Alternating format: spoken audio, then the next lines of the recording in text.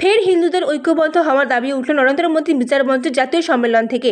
সম্প্রতি গুজরাটের সোমনাথে আয়োজিত নরেন্দ্র মোদী বিচার মঞ্চের জাতীয় সম্মেলনে উপস্থিত কাশ্মীর থেকে আসা প্রতিনিধি অতুল্য বক্সী এক একান্ত সাক্ষাৎকারে কি বললেন আসুন শুনে নিই। বাংলাদেশের পরিস্থিতির কথা তুলে আগামী দিনে পশ্চিমবাংলার মানুষকে ঐক্যবদ্ধ হবার ডাক দিলেন তিনি। जम्मू कश्मीर से आया हूँ। क्या परिस्थिति है वहाँ का?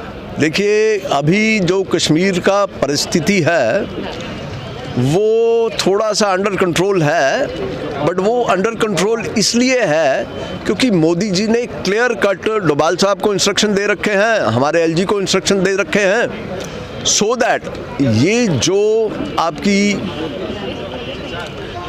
जो जिहादी सेना है ये कुछ ज़्यादा इफ़ेक्ट वहाँ पे कर ना पाए। मगर उसके बावजूद भी कश्मीर को इतना कुछ देने के बाद भी मुस्लिम समाज ने एक सीट मोदी जी को नहीं दी है। अब यहाँ से आप इनकी मानसिकता को समझ सकते हो कि कश्मीर के लिए इतनी डेवलपमेंट जो मोदी जी ने की है वो शायद ही किसी ने आज तक कश्मीर में इतनी डेवलपमेंट लाई होगी।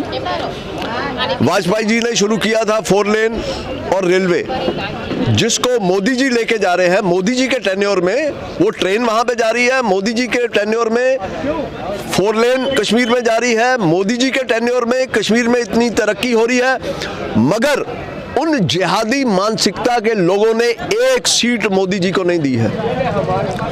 और ये तो हमारी सरकार है जिसका मैं बहुत धन्यवाद देता हूँ कि हमारे सनातनी लोग जम्मू तक हैं। अगर आज मोदी जी की सरकार नहीं होती तो जम्मू से भी सनातन समाज का अंत हो जाता। मैं स्पष्टता से कह रहा हूँ ये, और पूरे भारत में सब सनातनियों को अपनी आंखें खोलनी चाहिए कि जो कश्मीर में हुआ, आप बांग्लादेश की तो क्या बात करते हैं, जो कश्मीर में हुआ मैं वहाँ पे मेरी फैक्ट्री थी, जला दी इन्होंने। मैं हिंदू समाज से था, 70 लाख का नुकसान मेरा 87 में हुआ। मेरे को एक पैसे की कॉम्पनसेशन गवर्नमेंट ने दी, मेरे को दुख नहीं है उसका। मगर मैं एक छोटी सी बात पूछता हूँ, किसी भी नागरिक का अगर कोई नुकसान होता है गवर्नमेंट की पॉलिसीज की वजह से, तो क्या गवर्नमेंट को उसको कॉम्पनसेशन देना चाहिए कि नहीं देना चाहिए? एक हिंदू हूँ इसलिए मुझे नहीं मिला। आने वाला समय में हिंदुओं के लिए क्या बात? आने वाले समय में वेस्ट बंगाल में तो आप ये समझो कि वहाँ पे सनातनियों को सपोर्ट करने वाली कोई सरकार नहीं है, और वहाँ पे जैसे हिंदू रह रहे हैं वो अपने बल पे रह रहे हैं। और अगर हिंदू ये सोचेगा कि मैं कट जाऊंगा, मर जाऊंगा, मर जाओ, कट जाओ, अपने साथ 10 को लेके मरो। हम अपने पूर्वजों का बहुत बहुत धन्यवाद करते हैं जिन्होंने हमें आज की डेट में सनातनी रखा। उन्होंने इतने संघर्ष उन्होंने नहीं देखे, मगर उन्होंने हमें सनातनी छोड़ के गए, हमारे पूर्वज।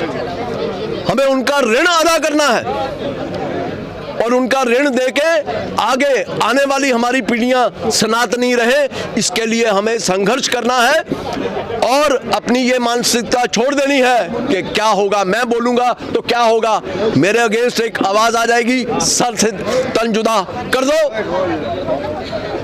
मैं नहीं डरता। जो मौत आनी है, विधाता ने मेरी मौत लिखी है, किस तरह लिखी है वो भी एक निश्चित है, तो उस चीज से मेरे को कोई डर नहीं। मगर मैं मरूंगा तो 4 को लेके मरूंगा।